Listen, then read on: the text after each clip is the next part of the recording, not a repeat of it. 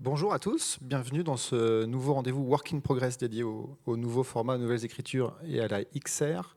Ça n'empêche pas de parler d'émotion et d'intime, et c'est ce qu'on va voir avec ce projet Empereur. Et pour ça, je vais appeler l'équipe sur scène, à commencer par le duo de réalisateurs, Ilan Cohen et Marion Burger, s'il vous plaît. La productrice d'Atlas 5, Oriane Hurard. Le directeur artistique du studio lyonnais Albion, Daniel Balage. Et le tech artiste du même studio, Mathieu Rousse, de Madinac.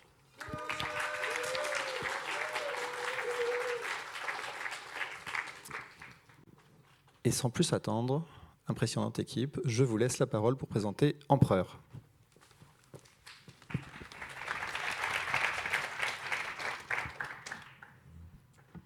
Bonjour à tous, donc je suis Marion, comme il m'a bien présenté.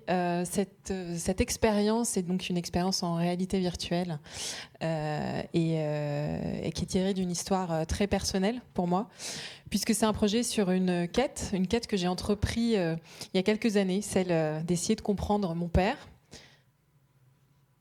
Hein ?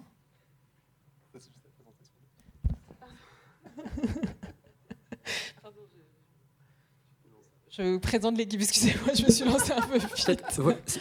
Si chacun veut donner un peu, se présenter en 2 mots, et ensuite on part sur le synopsis. Je suis Marion Burger, la... Bonjour, Ilan Cohen, donc le co-auteur, co-réalisateur. Mathieu Rousse de Madinac, donc du coup tech art sur le projet. Et Daniel Balage, directeur artistique sur Albion. Et donc, je suis Oriane Durer, je suis productrice chez Atlas 5. Très rapidement, comme Marion a déjà commencé à le dire, c'est un peu l'émotion commence dès maintenant de la slide 2. Empereur, c'est donc une expérience narrative interactive en réalité virtuelle, donc à destination des plateformes VR pour des casques autonomes, donc des casques qui n'ont pas besoin d'être connectés à un ordinateur, type des casques Quest 2. C'est un projet assez ambitieux pour notre société, d'une durée environ de 40 minutes aujourd'hui. Fabriqué sur Unity et on va commencer, on a déjà commencé, mais on va commencer avec vraiment la genèse de l'histoire et comment tout a commencé. Donc je me tourne vers Marion et Ilan. Merci Oriane. Oui, j'étais très impatiente de vous parler de mon histoire. Donc c'est donc une histoire très personnelle qui est partie d'une quête personnelle qui était d'essayer de comprendre mon père, ou en tout cas de mieux le connaître. Et c'est une recherche en fait assez universelle qui, comme moi, on a un père qui a été extrêmement pudique. Et à la différence près qu'il y a 15 ans, mon père est devenu aphasique à la suite d'un grave AVC. Alors l'aphasie, donc qu'est-ce que c'est ? C'est quoi ? C'est perdre l'usage normal de la parole et dans son cas, on peut dire qu'il peut décoder, mais il ne sait plus encoder. C'est-à-dire qu'il comprend tout, mais qu'il bute à chaque syllabe et il utilise très régulièrement un mot pour un autre, ce qui peut créer donc des situations absurdes et totalement surréalistes. Donc forcément, cet accident, ça a changé sa vie, puis la nôtre. Puisque dans ces circonstances, on se rend compte à quel point le langage est essentiel dans notre rapport aux autres et à nos proches. Donc je me suis posé de nombreuses questions sur ce qu'il ressentait, sur ce qui se passait dans son cerveau. Et puis comme il ne pouvait pas répondre à mes questions, j'ai fait des recherches de mon côté et je me suis intéressée aux neurosciences. Et puis je l'ai observé, notamment avec son orthophoniste. Et j'ai assisté parfois discrètement à des séances d'orthophonie qui me donnaient pas mal d'indices en fait, sur son fonctionnement et comment il gérait la parole. Et puis un jour, j'ai compris. Alors, je l'observais avec Gaëlle, son orthophoniste. Alors, elle lui avait proposé de tirer une carte d'un imagier. Et puis, lui seul voyait l'image. En l'occurrence, c'était celle d'un canard, l'oiseau. Et il devait tenter de lui faire deviner. Alors, j'étais derrière lui, puis j'assistais en silence à la séance. Et puis, il pointait son doigt en l'air, comme ça, là-bas, pas loin... Avant, alors il pointait son doigt comme dans une zone géographique de son cerveau. Puis il a dit le mot café. Et puis après, il a dit le mot plage. Et son orthophoniste ne comprenait pas. Et puis il s'est retourné vers moi en me pointant du doigt. Et là, j'ai compris. En fait, tout à coup, je me suis revue enfant avec mon père au bord de la plage, puisqu'on habitait au bord de la mer. Et je me voyais lui faire un canard dans son café, c'est-à-dire mettre un sucre dans le café. Et du coup, en fait, ce petit rituel qu'on avait, lui et moi, quand on allait à la plage le week-end, du coup, c'était ce souvenir qui était revenu pour retrouver le mot canard. Et c'était pas une description objective de l'animal, c'était vraiment un souvenir. Et donc, son rapport au mot était lié à ses souvenirs. Et c'est grâce à ce souvenir commun que, du coup, je pouvais le comprendre. Notre lien était donc encore là, dans nos expériences partagées. Et donc cette épiphanie, ça a été le début d'un désir d'écrire et puis d'exprimer visuellement ce qui nous reliait. Donc tenter d'entrer dans sa tête, donc de reconstruire indice après indice son histoire, celle qu'il n'a pas pu me raconter, du coup, fut le moteur d'écriture du projet. J'ai jamais eu envie d'en faire un documentaire. Je voulais prendre de la distance avec le sujet et puis je voulais parler de la poésie des situations absurdes qu'on avait vu traverser.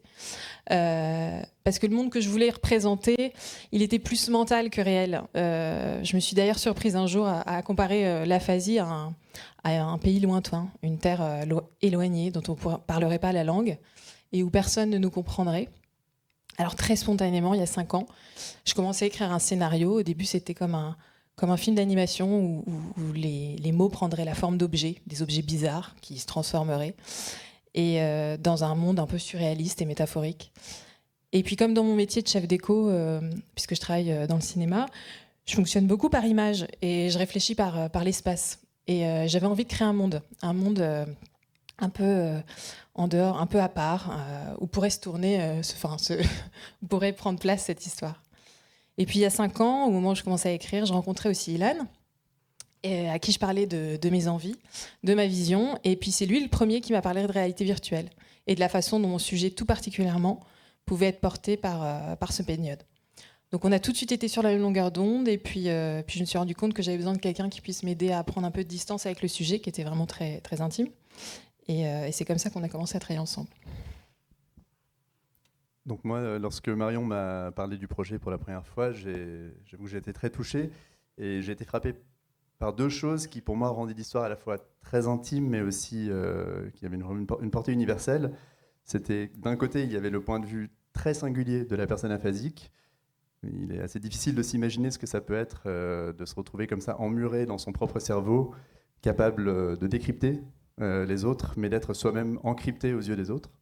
Et d'un autre côté, il y avait la portée universelle de ce rapport parent-enfant qui fait que, en fait, en voyant ce père prématurément diminuer, on peut s'imaginer face à ses propres parents vers la fin quand les rapports de parentalité sont soudain inversés. Et du coup, c'est une histoire qui appelle à proposer une expérience empathique d'une autre façon d'éprouver le monde. Et on se disait que la VR serait sans doute le moyen le plus immersif pour essayer de mettre l'utilisateur à la place d'un autre. Donc forcément, en abordant l'écriture, la question du point de vue était vraiment critique.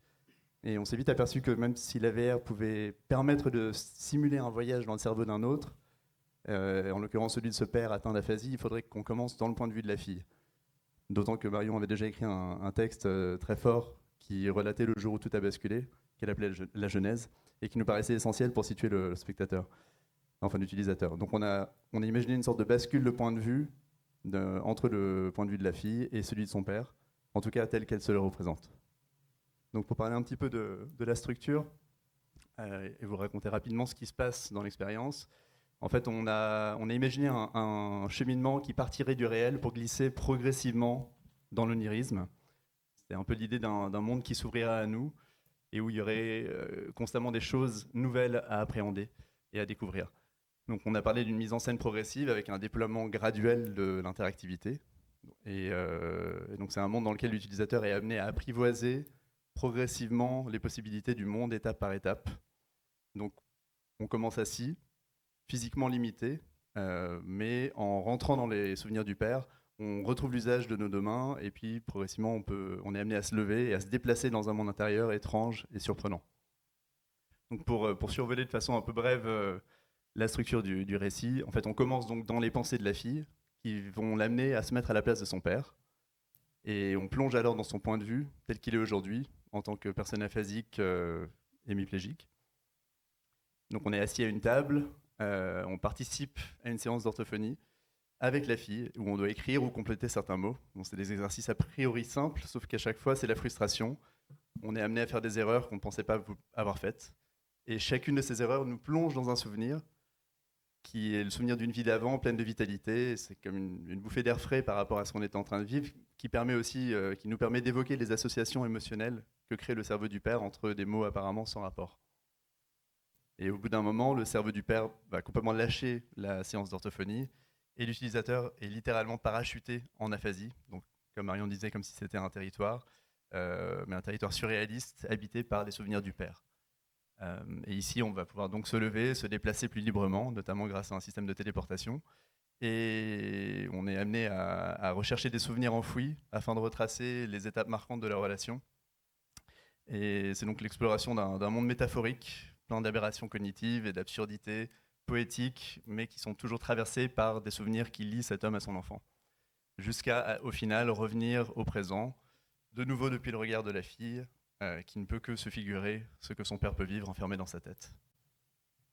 Donc, pour parler rapidement de quelques symboles et motifs récurrents dans l'expérience, on a la figure de l'empereur qui est déclinée tout au long du voyage, comme l'image symbolique d'un père digne et autoritaire dont on arpente l'empire déchu.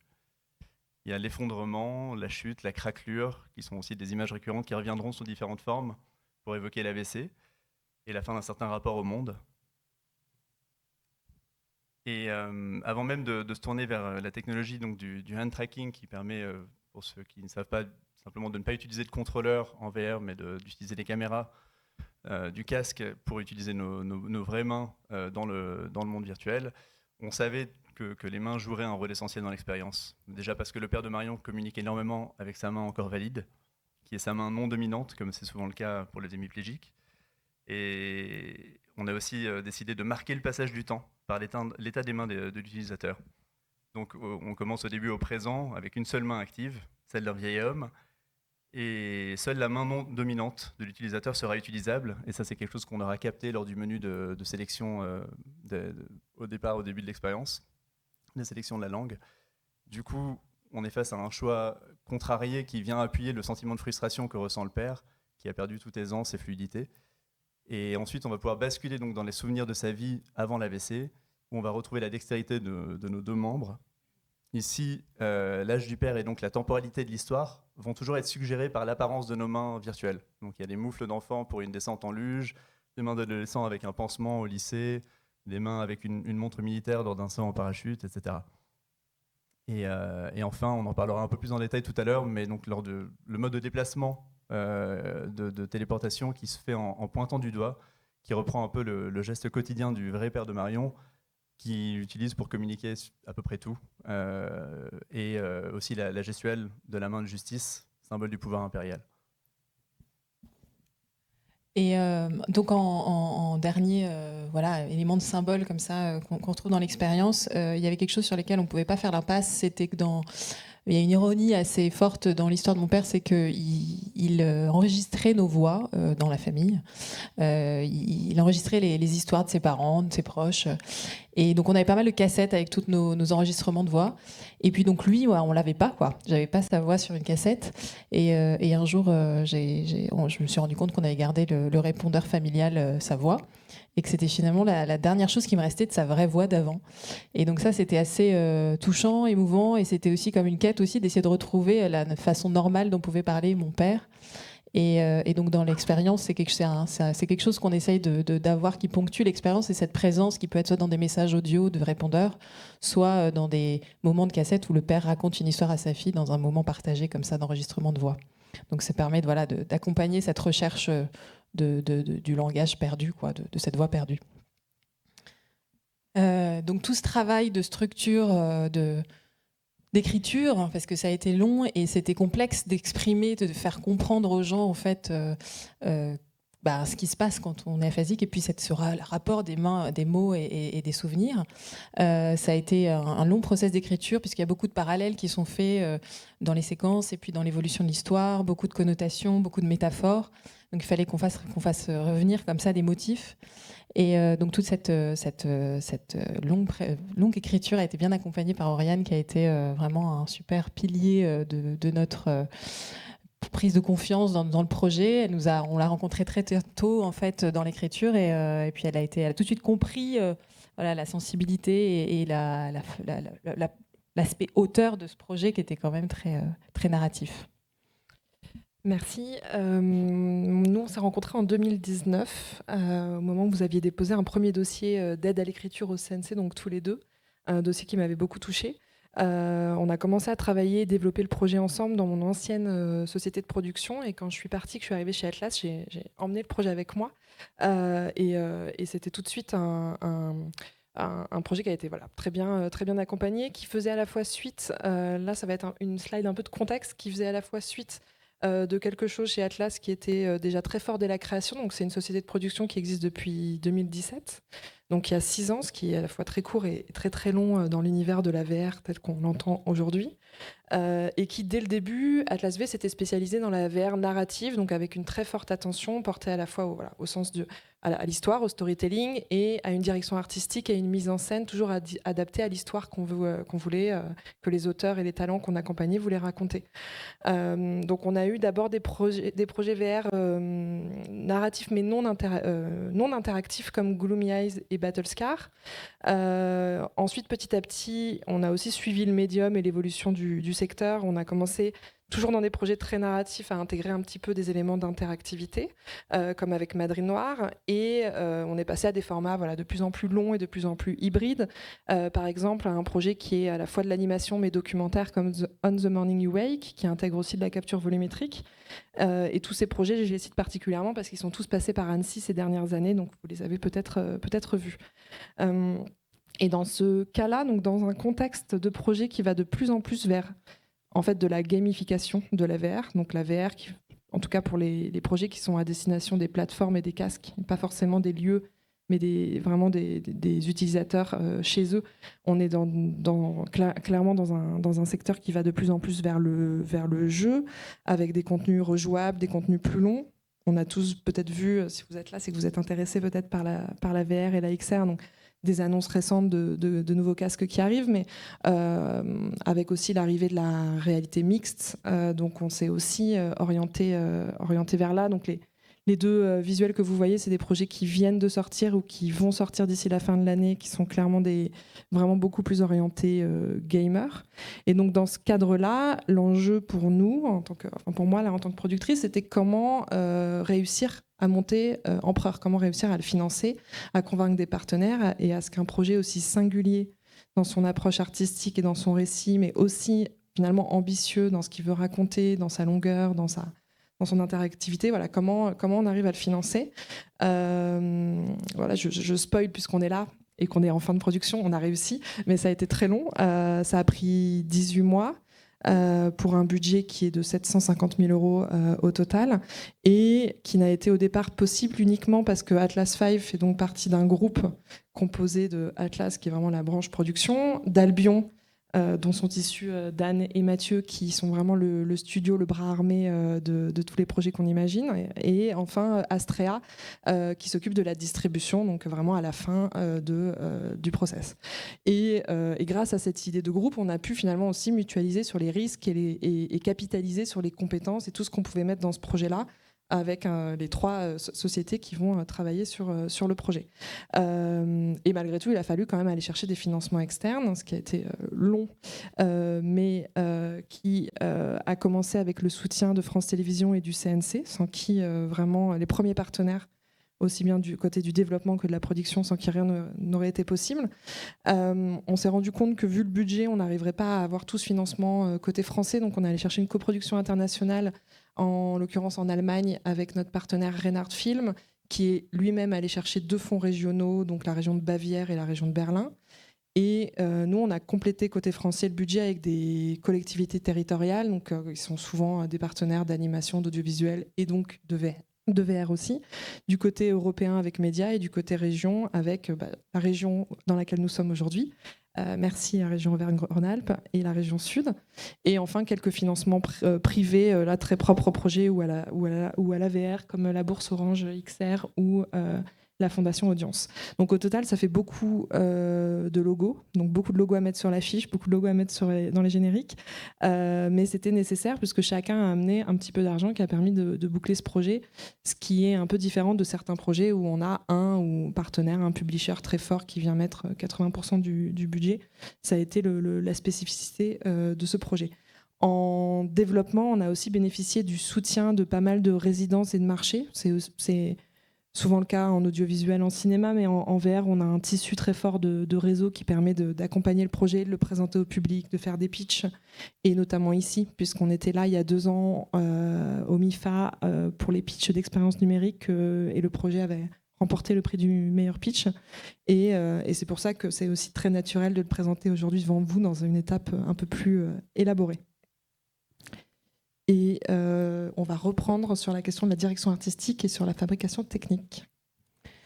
Oui, alors comme je le disais au départ, j'avais absolument pas envie d'un aspect documentaire ou trop réaliste dans ma tête, mes premières images que j'avais en tête. Et je voulais prendre de la distance avec la réalité. Et donc au départ, mon idée, c'était d'un film d'animation où les choses se métamorphosaient, les objets se métamorphosaient, etc. Et je voyais vraiment ça sous cette forme de 2D, mais je ne savais pas comment le faire, parce que moi, je n'étais même pas animatrice. Enfin voilà, j'avais absolument pas ce genre de profil. Et j'avais envie, voilà, comme une esquisse jetée sur papier, un dessin au fusain, imparfait, en noir et blanc. J'avais envie d'une évocation sensible, qui n'aurait pas besoin de tout représenter pour raconter, pour garder un peu, voilà, toujours cette pudeur sur ce sujet intime. Et alors, quand on a commencé à parler du projet en réalité virtuelle, que je trouvais vraiment très très malin par rapport à cette idée de mettre un casque pour essayer d'être dans la tête de mon père. On a essayé plein d'autres expériences pour voir ce qui se faisait. Et puis, la plupart d'entre elles me paraissaient assez riches, essayer d'être parfois réaliste, parfois très coloré, et je trouvais ça assez fatigant en fait à faire. Et parfois aussi, j'avais l'impression de pas regarder où il fallait et d'être un peu perturbée, enfin d'être un peu frustrée à la fin de ne pas avoir regardé au bon endroit. Et donc je me disais, peut-être il faut qu'on fasse quelque chose d'assez minimaliste où on puisse orienter le regard à travers des choses, déjà peut-être un projet qui soit pas forcément coloré, peut-être en noir et blanc, et qui soit qui puisse permettre de sélectionner, de garder du vide en fait pour pouvoir guider le regard. Comme en plus on essayait de représenter ce qu'était un espace mental, cette espèce de choses pas finies, en tout cas de zones blanches qui parlent de la perte en fait, aussi de la perte de cette fonction cognitive, ça nous semblait assez judicieux. Mais du coup, comment pouvoir faire ça en 3D. Donc on avait quand même cette envie. Donc avant de collaborer avec Albion et donc Daniel en directeur artistique, il fallait qu'on puisse avoir une vision commune. Donc on avait quand même collecté pas mal d'images de référence qui nous inspiraient. Donc on aimait l'idée d'un dessin frotté qui s'efface, qui se disperse, qui laisse deviner des formes, parfois nettes, parfois abstraites. Les transitions étaient essentielles aussi dans la narration d'Empereur, dans cette envie de métamorphose qu'on peut retrouver facilement en animation 2D. Là, en 3D, comment faire des transitions qui soient élégantes. Donc c'était aussi de penser à des univers qui pouvaient glisser comme ça de manière subtile de l'un à l'autre. Alors peut-être de l'eau qui devient de la neige qui devient du sable. Le noir et blanc aide beaucoup à faire transitionner comme ça ces environnements. Et on voulait donc, comme je disais tout à l'heure, garder des zones blanches de mystère avec des bordures qui tremblent, qui se métamorphosent. Et puis les personnages, alors, il y en a très peu de personnages dans l'expérience. Il y a la fille qui nous fait face puisqu'on est en interaction avec elle. Et comme on est dans les mains du père, c'est le seul personnage qui va nous guider, nous orienter, nous faire des choses. Mais en même temps, je voulais pas mettre des traits trop précis sur ce personnage, évidemment, parce que j'avais pas très envie d'essayer de faire soit un personnage à part, soit quelqu'un qui me ressemble pas. Enfin, voilà, il fait encore de la distance. Et du coup, on aimait avoir l'idée d'un personnage pas trop figuratif, plutôt d'une silhouette, d'une ombre, de quelque chose où on n'a pas forcément de visage, ou en tout cas que les choses soient suggérées plus que montrées, encore une fois. Et donc ce personnage, il fallait quand même qu'il soit vivant et qu'il soit pas trop fantomatique. Donc il a fallu donc on a décidé de faire de la motion capture pour l'animation. Donc utiliser les talents d'une vraie comédienne et parfois de moi pour faire les mouvements, les gestuels et avoir des petites mimiques comme ça qu'on puisse reconnaissable, ou en tout cas quelqu'un qui respire et qui vit vraiment devant nous et pas qu'il soit un robot ou avec un regard vide face à nous. Voilà. Donc ça a été très important. Et ensuite, je pense que ce qui est très intéressant, c'est que Dan nous puisse continuer à nous parler de la façon dont il a réussi à traduire notre envie et notre vision. Oui, donc pour moi le problème, quand je voyais toutes ces envies très différentes qui venaient du cinéma 2D, l'animation, de quelque chose de très vaporeux, très diaphane, avec en plus des sauts en parachute, on atterrit dans des prairies où le vent agite toutes les herbes. Bon, notre première idée, c'est que c'était impossible, tout bêtement. Mais une chose quand même sauvait l'ensemble, c'est que justement, c'était tellement minimaliste on pouvait essayer d'avoir un traitement qui pouvait jouer sur ce genre de choses. Donc moi, j'ai posé les choses un peu comme sur ces trois images, sur ces trois choses qui me paraissaient possibles. C'est-à-dire soit un dessin complètement 2D à droite, qui est en fait une montagne, mais qui est représentée par la peinture chinoise, parce que finalement, ce sont les références. Soit du lavis qui peint en crayon, etc. Soit directement de la photo avec du grain. Et en fait, le sujet, c'est qu'on ne peut pas être trop flou, tout simplement parce qu'on a des vrais personnages 3D, parce qu'il y a des véritables enjeux sur ce sujet-là. Donc en fait, on s'est restitué sur un véritable environnement 3D, classique finalement, et puis une texture qui est travaillée qui est plutôt peint en fait. Alors là, on a fait un proto, parce qu'on a fait quand même plusieurs essais, ça a été un petit cheminement, nous aussi, du point de vue technique et du point de vue artistique, où c'est qu'on pouvait aller. Donc l'image centrale, c'est justement le premier proto qu'on a fait, donc en tracé, avec, les ombres étaient en hachure, et les parties lumineuses étaient blanches, tout simplement. Et puis on s'est orienté ensuite, après ce premier proto, on a complètement abandonné cette situation pour revenir à l'image de droite, où en fait là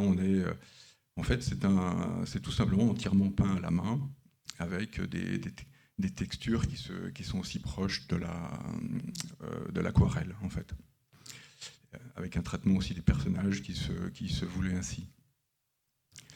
L'autre souci ensuite, c'est qu'on a aussi un côté une dernière chose, c'était le grain en fait. Tu peux passer. Là, on a les personnages aussi, puisque eux aussi ils portaient en eux-mêmes déjà un désir assez particulier de qu'on ne puisse pas reconnaître le personnage. Il est en 3D, il est devant nous.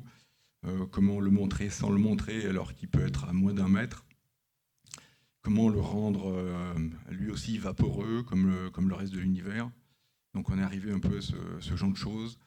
On a un personnage 3D, malgré tout, on n'a peut-être pas les représentations 3D, mais en fait on arrive à avoir un petit rendu qui nous rend ce petit côté diffus en fait qu'on a ici. Voilà quelques concepts art justement du père en fait, qui est presque toujours vu un peu de dos, il est très peu vu de toute façon. Et puis on voit d'ailleurs justement sur ce côté en bas à gauche comment on essayait de faire apparaître et disparaître un peu tout. Tu peux passer. Le décor, du coup, une des idées aussi globales, c'était d'avoir notre problème, c'était puisqu'on parle de quelque chose d'assez proche du lavis où j'étais assez proche, je m'étais dit en fait de la photographie en noir et blanc, au gros grain. Une des idées, c'était d'avoir un grain homogène sur tout l'ensemble. Je me suis dit que ça serait un truc assez original, une homogénéité absolue en fait du grain sur toute l'image, qu'on a testé et qu'on s'est aperçu que ça marchait absolument pas, évidemment, puisque en VR, on sent très très bien la présence, la distance des objets. C'est ce qui rend aussi tout ce qui est, en plus des côtés techniques, quand on veut faire des transparences, mais aussi quand on veut faire de la fumée, de la brume, quand on veut faire des particules, tout ce qu'on veut faire, on peut situer exactement l'éloignement de ces FX. Et le grain, en fait, il nous contraint très fortement. Je ne pensais pas à ce point-là que si on met un grain important, en fait, tout se retrouve à 3 mètres de nous, même si ça l'est pas, même si techniquement on l'est pas. Donc on est revenu à quelque chose de plus simple où ici on a un grain qui est proche et qui est fort quand on est très proche de nous. Et puis quand on va vers l'horizon, quand on est sur des ciels, on a un grain qui est très très fin en fait. Ici un placement, donc là c'est un certain nombre de plus classiques. On a fait un certain nombre d'environnements, donc on a des environnements qui sont très très différents, mais comme on passe de l'un à l'autre, on est toujours par des zones de blanc, donc ça fonctionne assez facilement. Ici on est dans une neige, on est dans la neige et tout simplement on a fait de la luge tout bêtement. Tu peux passer. Là, on a celui-là qui me semblait aussi très difficile. Une chute, on saute d'un avion, et on traverse tous des nuages, on atterrit dans la prairie. Et donc voilà, petit diagramme, première réflexion, comment on pouvait faire ça techniquement, et comment représenter les nuages, les différents nuages, etc. Comment on travaille la statue. Voilà exactement ce qu'on voulait effectivement à quel point l'univers devait se révéler diffus, en fait, sur les paysages. Et du coup, on évolue en permanence entre des choses qui sont très précises et d'autres choses qui le sont beaucoup moins et qui disparaissent, en fait. Tout c'est dans cet esprit. Là aussi, c'est une image un peu emblématique, même si on ne la voit pas exactement comme ça à la fin, puisqu'on a la porte au milieu du désert.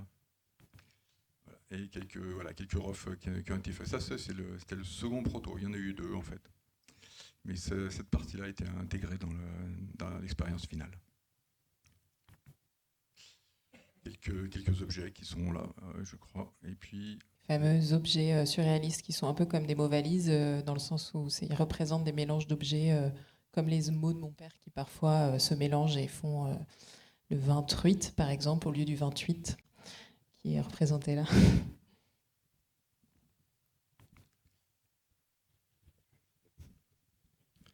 Ok. Du coup, comme vous avez pu voir, c'est quand même une direction artistique qui est quand même très spécifique et il a fallu adapter ça au niveau de la VR et plus précisément au niveau du Quest. Donc je ne vais pas repasser sur toutes les optimisations qu'il faut faire pour le Quest, mais globalement c'est quand même on développe sur Android en fait et du coup c'est comme un smartphone, c'est pas très puissant et du coup on est limité sur pas mal de choses. Typiquement il y a un gros point qu'il faut retenir sur ça, c'est surtout que on doit bannir à tout prix la transparence et comme vous avez vu, entre le grain et tout ce qui est un petit peu vaporeux, et bah forcément parfois c'est compliqué de coller exactement aux attentes des réals et de Dan. Donc on a essayé de trouver un petit peu des solutions pour pallier à ça. Donc notre directeur artistique Gaël a une super idée. En fait, on part d'un concept qui existe déjà depuis très longtemps. Donc le camera mapping ou matte painting. Et nous en fait on l'a réutilisé, on l'a poussé un petit peu plus loin. Typiquement, pour reprendre rapidement, en fait, on projette une image sur un plan, sur une surface, et on va venir extruder en fait la surface pour créer une impression de volume. Et cette impression de volume, on l'aura en fait quand on est uniquement au point de vue de la projection. Et quand on se déplacera un petit peu à droite à gauche, et ben on va perdre un petit peu le volume. Mais dans notre cas, pour Empereur, on est sur des environnements où on reste quand même assez statique. Et du coup, c'était une idée qui fonctionnait parfaitement avec ce qu'on voulait faire. Donc du coup, vu qu'on est en VR, il fallait adapter un petit peu ce concept. Donc on a fait du camera mapping en fait, mais à 360 degrés, c'est-à-dire qu'on a projeté une texture. À 360 degrés, en fait, on réutilisait les concepts de nos artistes 2D qui avaient été pensés un petit peu dans cette optique-là. Donc on projetait ces textures de manière sphérique sur une espèce de dôme en fait, sur nos logiciels de 3D. Et à partir de là, on pouvait recréer des formes et on essayait de recréer des formes assez simples parce qu'on n'avait pas besoin de faire de la modélisation très précise en fait. On essayait juste de coller un petit peu au concept et après, de toute façon, au niveau du détail, ça arrivera avec des maps d'alpha en fait, de la flat clipping qui permettra de rajouter un petit peu de détails sur les colonnes ou ce genre de choses. Donc, pour résumer un petit peu le workflow du CAMAP 360, en fait, on part d'un concept art qui va nous servir de base pour faire un block-out sur Unity. Donc à partir de là, on va essayer de placer un petit peu les éléments comme on a envie et pour coller au maximum au concept. On va se rendre compte des choses qui marchent et qui ne marchent pas et un petit peu des échelles en VR. Quand on est à peu près satisfait de notre block-out, on va en faire un shoot 360 en fait, dans Unity. On peut sortir une texture qu'on appelle une texture équilatérale. Donc c'est une texture à 360 degrés. Et ensuite, on va se baser sur ça en fait, pour redessiner tout ce qui a été fait sur le concept sur ce shot 360. Et donc on va ressortir une nouvelle texture, comme vous pouvez voir, ça c'est une texture à 360 d'un de nos environnements, qu'on réutilise en modélisation. Et en fait, il va avoir aussi quelques retours entre les textures et le modeling, quand on va se rendre compte, par exemple, qu'on va intégrer sur Unity, qu'il y a des choses qui ne vont pas forcément fitter avec l'environnement, du coup on va retravailler un petit peu en texture, on va repasser par la case modélisation, mais c'est des modifications qui sont quand même assez légères et c'est plutôt cool comme workflow. Donc pour reprendre typiquement, là on a un concept art qui a été fait par Dan. Ensuite on va utiliser ce concept art pour faire un block-out. Donc il change un petit peu mais c'est l'idée. En fait on fait un block-out très succinct sur Unity, juste vraiment pour se rendre compte des échelles et pour se dire voilà ça marche bien. Et pour savoir un petit peu où on va placer les objets. Et à partir de là, en fait, on va exporter cette texture qu'on va peindre. Donc en reprenant un petit peu tout ce qui a été fait sur le concept, qu'on va pouvoir repeindre complètement. Et je pense que tu peux passer. Et du coup, on a besoin de peindre différents layers en fait, de texture pour les différents niveaux de profondeur. C'est-à-dire qu'on va commencer par un background et ensuite on va rajouter des éléments un petit peu plus proches pour que, en fait, que quand l'utilisateur bouge la tête à droite ou à gauche et qu'il regarde derrière les colonnes, et qu'il voit qu'il y a un vrai fond et qu'il n'y a pas des colonnes qui sont projetées. En fait. Donc on va avoir plusieurs textures dans ce cas-là. Donc là, c'est le rendu qu'on a sur Unity. Je fais une petite vidéo juste pour vous montrer un petit peu comment ça fonctionne. Donc là, on est placé sur le point de vue de l'utilisateur. On peut se rendre compte que ça fonctionne assez bien, qu'il n'y a aucune déformation et que l'environnement marche bien. Et en fait, dès qu'on bouge un petit peu de ce point de vue, on va vite se rendre compte qu'en fait, que c'est une énorme triche et que tout est déformé, mais que ça marche super bien quand on reste sur le point de vue de l'utilisateur. Donc ça, c'est un inconvénient, c'est le fait de ne pas pouvoir se déplacer. Pour le coup, nous, c'était parfait pour nous parce qu'on n'avait justement pas besoin de se déplacer dans des environnements. Et ça, au niveau des avantages, par contre, d'utiliser une telle technologie, en fait, c'est un gain de production énorme parce qu'on n'a pas besoin en fait, de recréer toutes les colonnes à la main, de les déplier, de faire les UV, de faire les textures à la main. Et du coup, en fait, on a juste besoin d'une texture qu'on projette, on recrée du volume à partir de cette texture et ensuite les allers-retours sont relativement rapides, sachant que sur Empereur, on a quand même une trentaine de scènes à sortir, des environnements qui peuvent être des fois un peu complexes.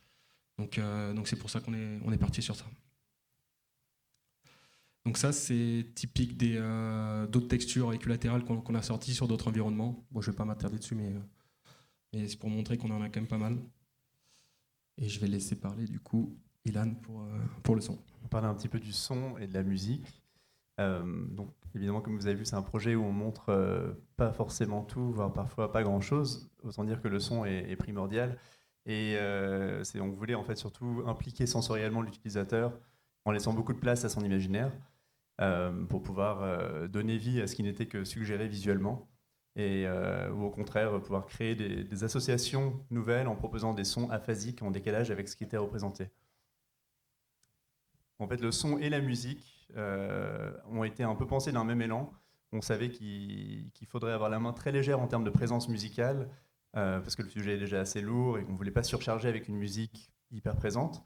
Donc avec comme Jalibert, qui est notre sound designer, et les deux musiciens, Gaspard Klaus et Jamie Freeman, qui est dans la salle avec nous, on a parlé de créer un environnement sonore qui soit un peu comme une partition musicale. Donc d'un côté, il y a Gaspard qui est violoncelliste et qui excelle dans l'art de sortir des sons très particuliers de son instrument.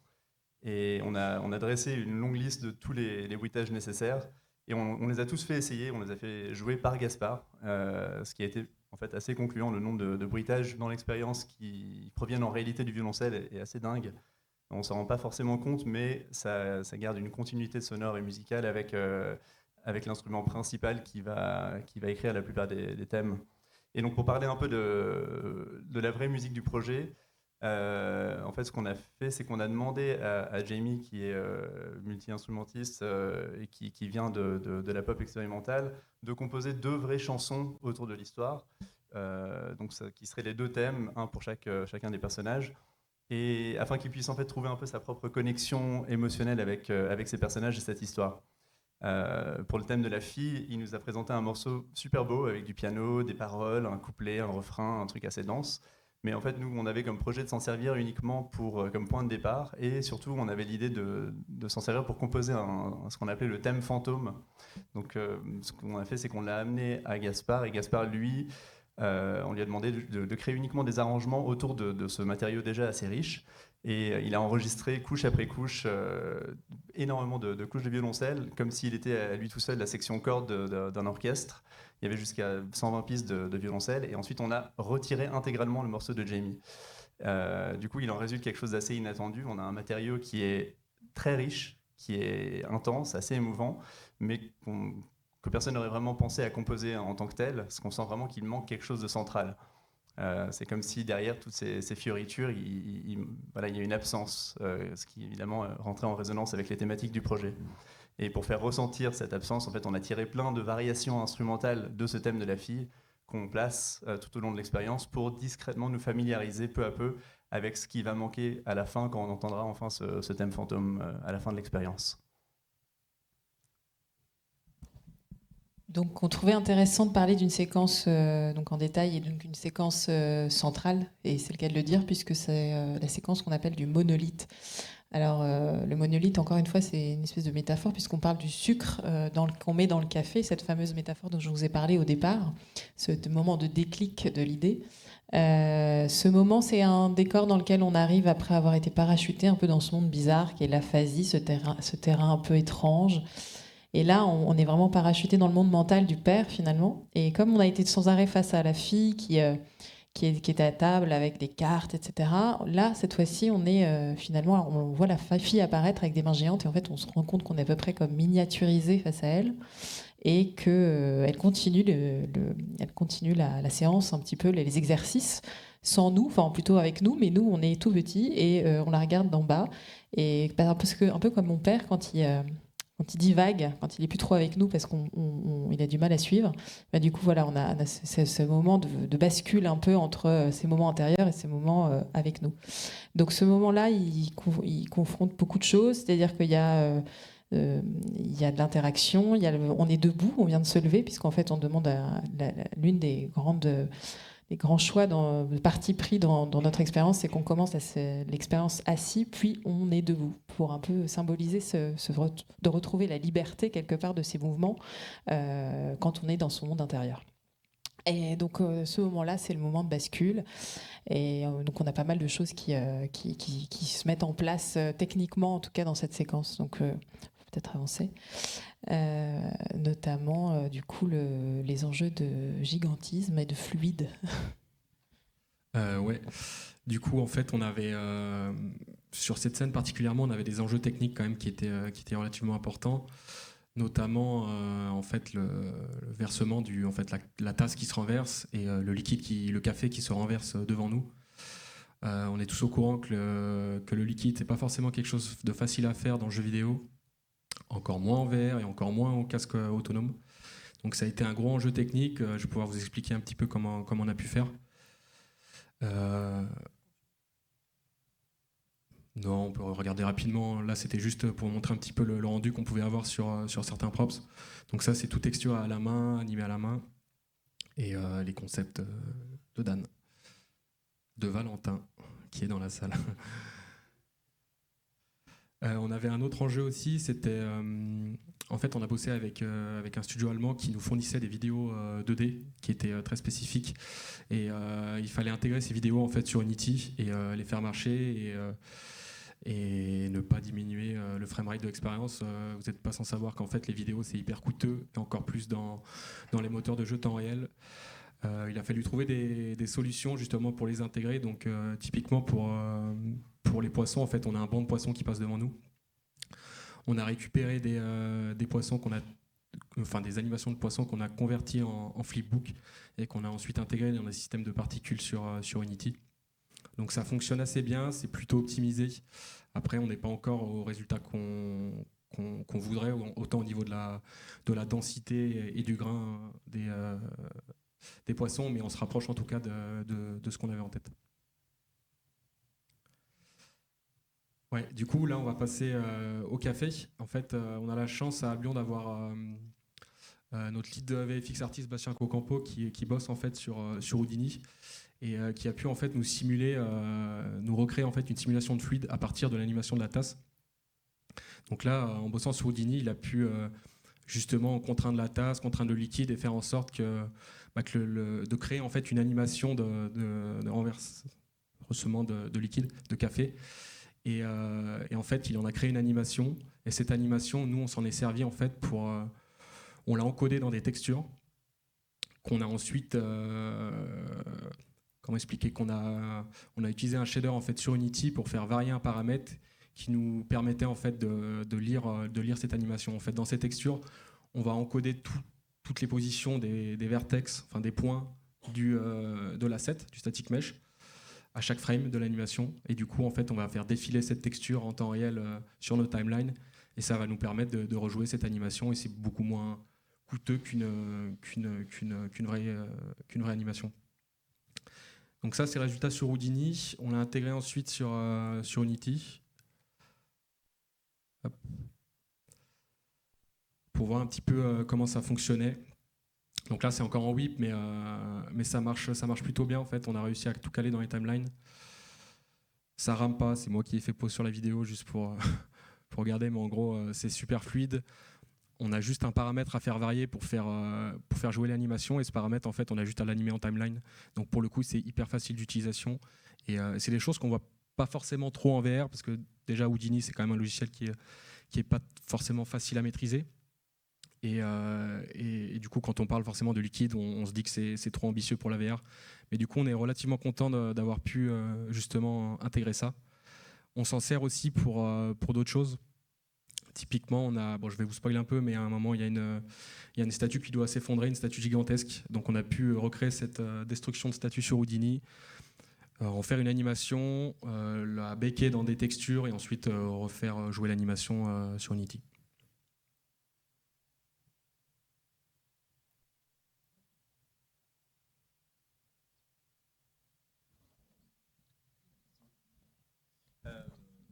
La téléportation, donc on en parlait tout à l'heure, que le père de Marion, lui, se sert de son doigt et pointe un petit peu les zones géographiques de ses chemins de pensée. Il est tout le temps à utiliser des expressions comme « c'est pas loin »,« c'est juste après »,« c'est là-bas ». Et donc on a imaginé que pour se téléporter, on utiliserait ce même geste. Donc l'enjeu, c'était d'arriver à avoir une représentation qui soit élégante, qui aille bien avec le projet, d'une sorte de zone de téléportation qui ne soit pas un halo de couleurs visible. Donc on a travaillé, et Mathieu a trouvé un très beau système dont on voit un exemple ici, pour représenter justement cette zone de déplacement jusqu'à ce qu'on arrive à la zone de téléportation qui va engendrer une craquelure qui signale que, voilà, qu'on va se rendre vers l'endroit qu'on a pointé du doigt. Et du coup, pour parler un petit peu de l'effet, c'est relativement simple. En fait, on utilise des master shaders, en fait, des matériaux qu'on va utiliser plein de fois, et en fait, on va créer des fonctions à l'intérieur de celle-ci. Donc, on a une fonction pour la téléportation, ou dans laquelle on va créer un masque de sphère qu'on va déformer et qui va bouger en fonction de où l'utilisateur pointe, pardon. Et donc, on a accès à pas mal de paramètres pour déformer plus ou moins la sphère, pour la rendre plus ou moins hard sur les bords. Et pour en fait masquer plus ou moins l'environnement extérieur aussi. Pour aller plus loin, on a voulu aussi associer le son à cette idée de téléportation, tout en le rattachant toujours à la thématique de la phasie. Du coup, ce qu'on s'est dit, c'est que le mécanisme, c'est qu'à chaque fois qu'on peut se téléporter, on entend un premier son qui est issu de l'environnement à venir, qui nous interpelle, mais la localisation n'est pas révélée pour l'utilisateur. Et l'enjeu, en fait, c'est de retrouver ce son, sachant qu'à partir de là, il y a une sorte de maelstrom sonore qui va arriver autour de l'utilisateur. C'est une sorte de tourbillon de son avec des fragments de voix, des bruitages, des éruptions de souvenirs, des bruits du quotidien. Et une sorte de bordel cacophonique dont on a très envie de sortir. Et du coup, on va chercher parmi ces sons le son initial qui nous a interpellés. Et donc c'est à nous de le trouver en pointant du doigt. Et la manière dont ça se passe, c'est comme on peut voir sur le schéma, à mesure qu'on se rapproche de la zone de téléportation, les sons alentours commencent à s'amenuiser, le volume décroît, et on commence à entendre de mieux en mieux la source du son initial. Une fois celui-ci isolé, la téléportation s'active et on est projeté dans l'environnement suivant. Ça, c'est un exemple qui est dans le stade actuel avec du son.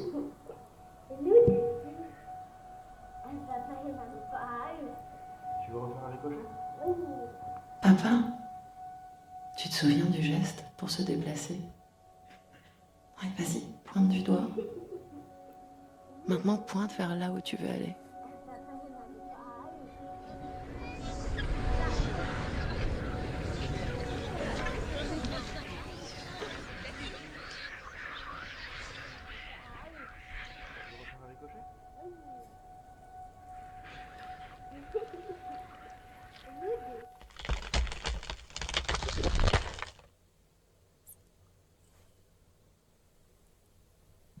Voilà, c'est pas encore complètement abouti, mais ça vous donne une idée du système.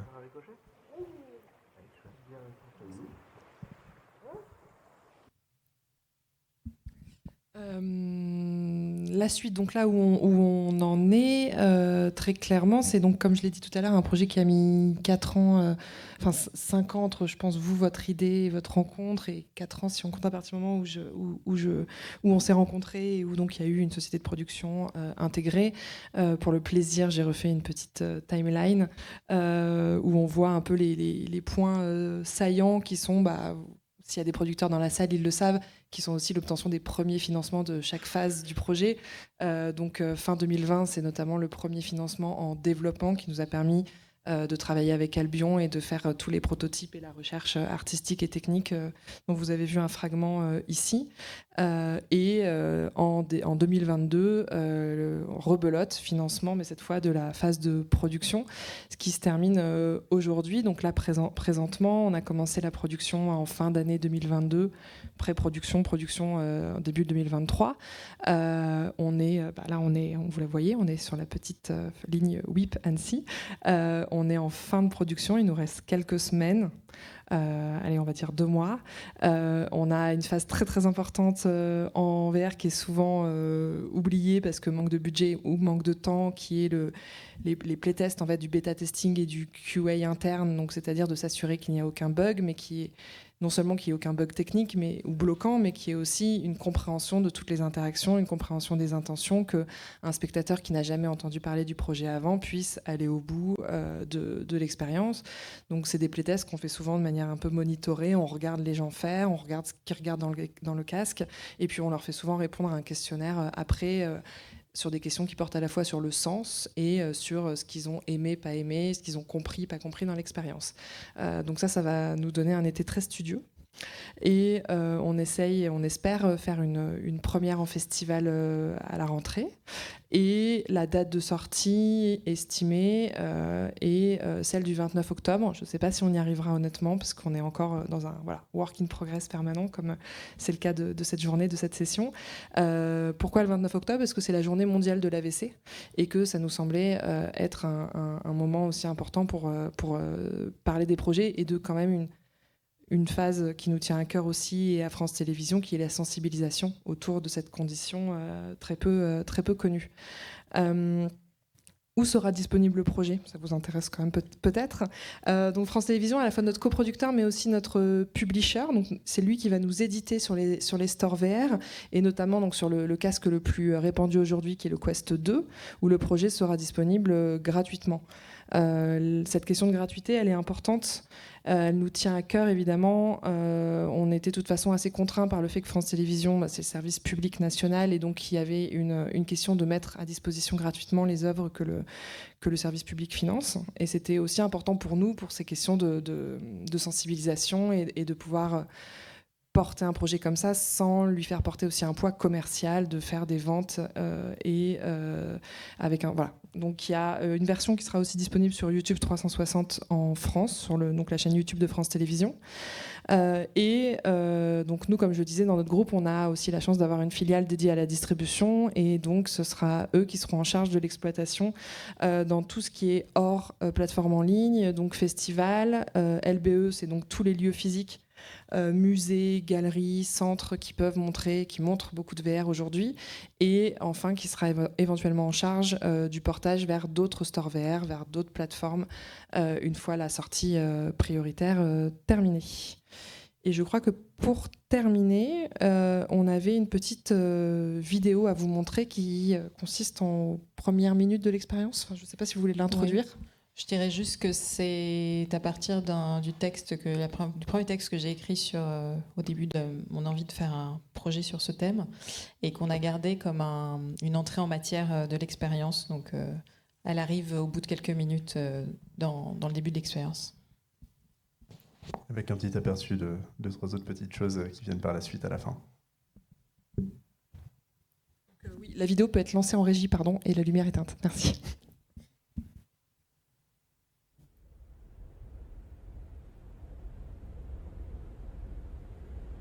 Août 2008. Nous rentrons avec mes parents de 2 semaines en Provence. Sur la route, nous faisons étape chez un oncle, vers Béziers, pour déjeuner. Il fait chaud, très chaud, soleil au zénith.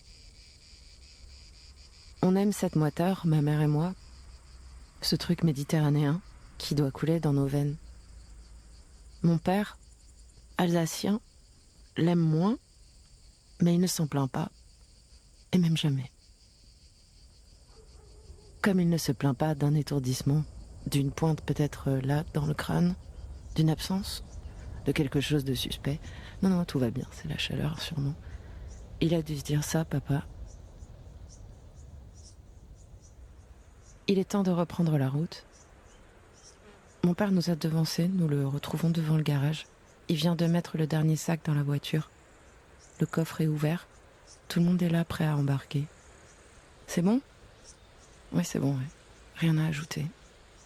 Il lève le bras droit, s'apprête à fermer le coffre et s'effondre.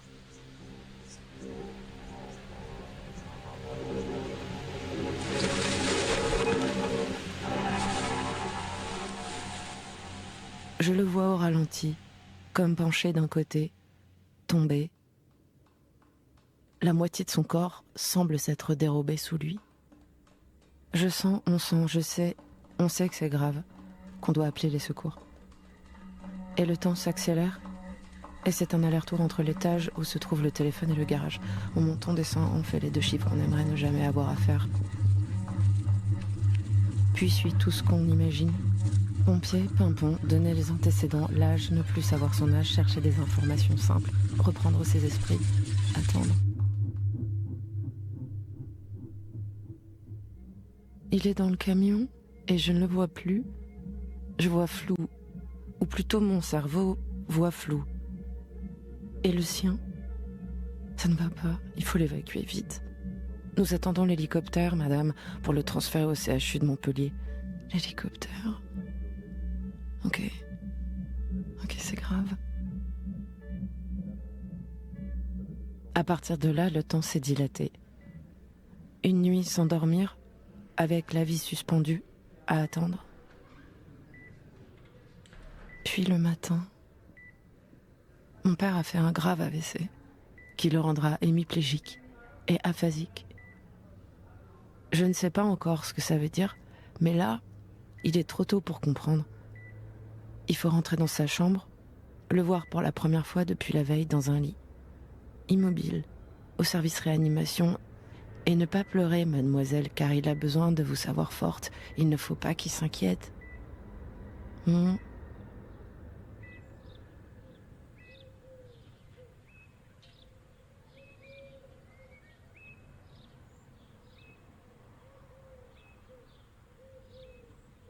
Quelques semaines ont passé, et les médecins ne savent pas s'il pourra marcher à nouveau. Je n'arrive pas à savoir ce qui sera le moins dur, qui s'en aille ou qui reste en fauteuil, comme un légume.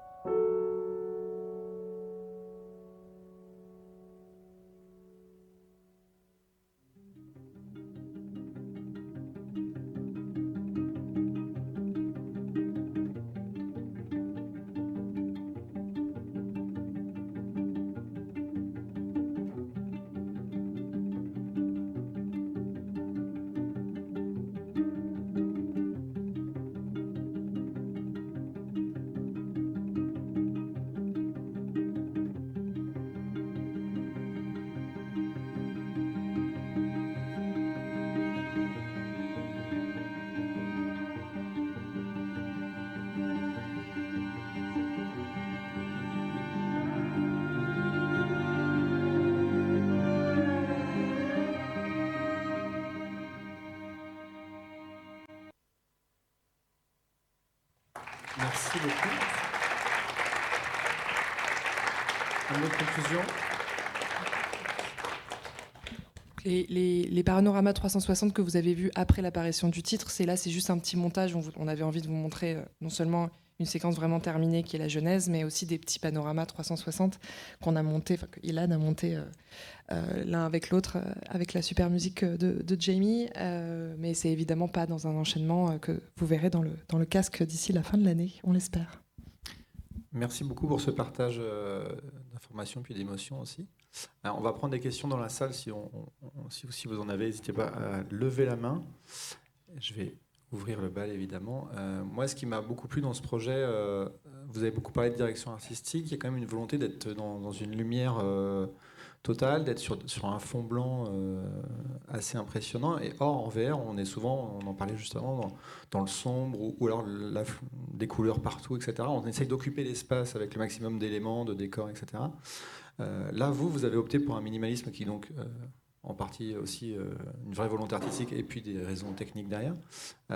Comment on fait pour créer un environnement sur des fonds blancs, etc. Comment on fait pour créer cette sensation d'occuper l'espace avec finalement très très peu d'éléments? Voilà, occuper l'espace, c'est des proportions classiques, hein, comme dans n'importe quelle illustration. Mais ici, ce qui rend le particulier dans la VR, c'est effectivement la distance, en fait, c'est la profondeur qu'on sent très bien dans le casque. Et c'est justement l'aspect essentiel de passer par une phase de block-out, de layout, où on peut disposer les objets pour les reprendre ensuite. En fait, mais aussi, il y a aussi simplement la distance qu'il faut enchaîner le regard, parce que c'est une chose très importante. Sinon, dans tout ce qui est en VR, où la plupart des gens se contentent, n'ont pas finalement encore bien l'habitude et se contentent de regarder devant eux. Et on est obligé d'amener, de pousser un peu par la poursuite du paysage et à regarder à droite, à gauche. Donc il faut calculer en fait les distances qui séparent les différents objets. Donc il y a forcément un autre objet dans le regard quand on en regarde un, en fait. Et juste pour répondre de façon beaucoup plus globale à ta question, nous on fait vraiment confiance à l'imaginaire des gens. On sait qu'en fait si on met un objet ici et un autre là, même s'il n'y a rien entre les deux, en fait, on fait une translation dans notre tête où on arrive à s'imaginer un environnement alors qu'il n'est pas là. On n'a que besoin de quelques suggestions pour arriver à créer tout un monde dans la tête des gens. Ce qui aussi du coup leur donne un peu plus d'interactivité puisque quelque part ils sont actifs eux-mêmes à remplir un petit peu ce qui manquait. Voilà. Et il y a aussi un truc important, c'est que le blanc pourrait faire peur puisque ça peut être trop lumineux dans un casque et trop fort pour les yeux. Donc on a aussi voulu travailler un niveau de blanc qui fait en fait un peu gris pour éviter d'avoir cette fatigue visuelle qui pourrait être problématique en fait pour ce genre de projet. Et d'ailleurs, ce niveau de gris évolue au fur et à mesure de l'expérience, enfin en tout cas à certains moments de densité. Ouais, et notre grande phrase, c'est de parler de plus blanc que blanc, je crois, dans ce projet. Donc je crois qu'au début, ça faisait peut-être un peu peur à Dan d'ailleurs, tout ce blanc. Ça a permis aussi une autre chose qui était que en fait, on s'est rendu compte qu'on était plus sensible aux expériences de motion sickness en VR plus les choses étaient photoréalistes ou représentées précisément, si les textures étaient très chargées et très proches de nous, on a souvent une sensation le cerveau se fait avoir plus rapidement. On peut avoir une sensation de motion sickness, en particulier si on fait déplacer quelque chose alors que l'utilisateur lui ne se déplace pas. Mais dans le prototype, on avait testé un déplacement dans un paysage depuis le point de vue d'un train, mais sans représenter le train.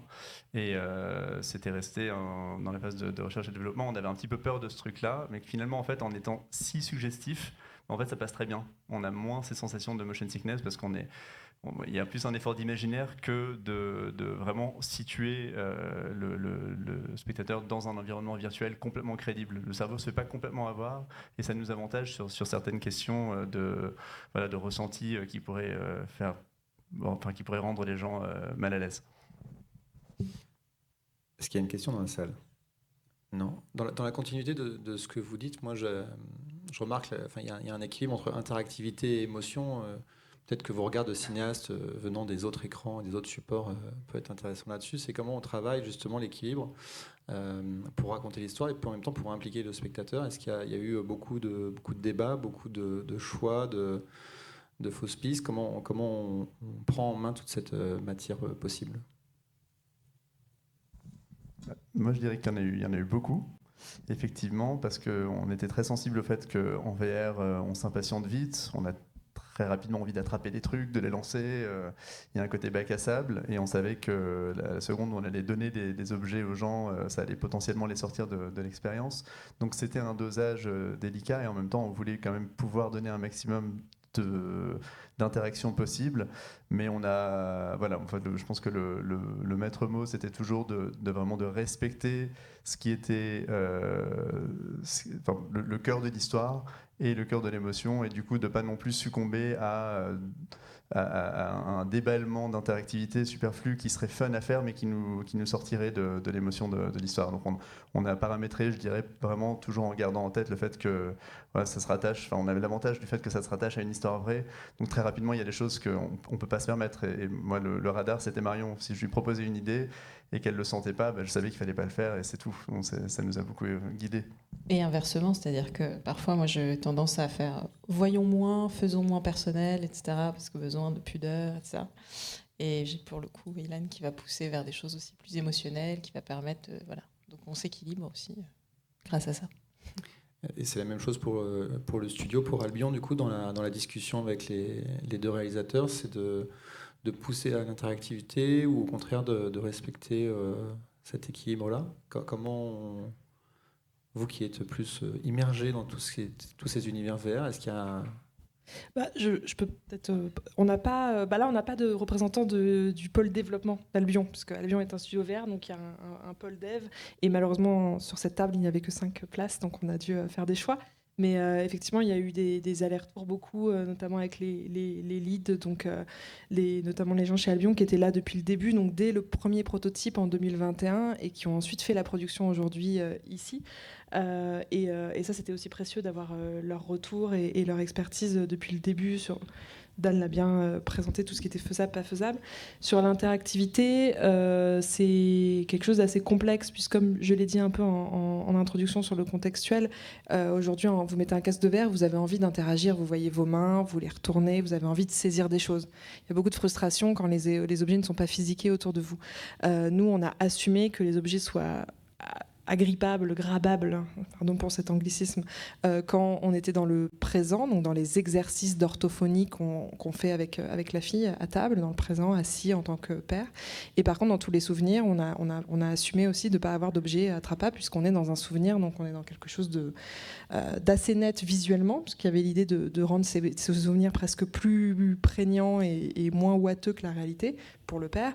Mais par contre, c'est un souvenir, donc on ne peut pas agir dessus, on ne peut pas manipuler. Donc il y avait tout cet enjeu. Et après, de manière générale, chez Atlas et chez Albion, on est quand même assez respectueux des visions des auteurs avec qui on travaille. Et donc, en fait, le scénario est arrivé. Et évidemment, il y a eu des ajustements, des choses un peu réécrites, réduites, des environnements mais un petit peu des fusions et des réhutes d'environnement de certains. Mais en tout cas, grosso modo, le scénario qu'on a lu, le scénario d'il y a un an et ce qu'on voit à l'écran, ce qu'on verra dans le casque bientôt. Très bien. C'est pas d'autres questions, je vais poser ma dernière à moi. Mais Marion, tu as déjà un peu répondu à ça, mais comme c'est un projet très personnel, je pense notamment à la voix off. On t'a vu sous une combinaison mocap. Est-ce qu'à aucun moment tu as pensé, toi, à être la voix du projet ? Bon, tu vas me dire que non tout de suite, mais... Ça a été une question quand même, parce que j'ai quand même fait la voix du proto.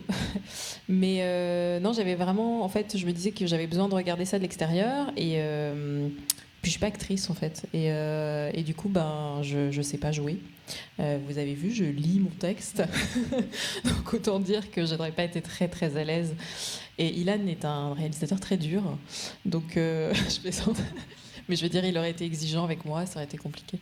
Non, je pense que c'était bien d'avoir un rapport, d'avoir un pas de côté, encore une fois, par rapport à ça, de prendre de la distance, et puis d'avoir aussi une comédienne qui propose quelque chose, et qui est peut-être plus de personnalité que moi, qui réponde à son père, enfin, qui soit peut-être plus drôle.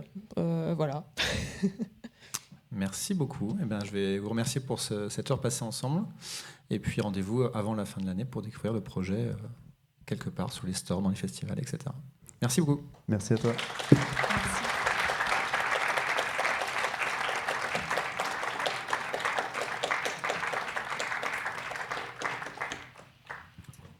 Et pour précision, il y a le dernier WIP XR demain matin, 9h30. Donc on se retrouve demain matin. Merci.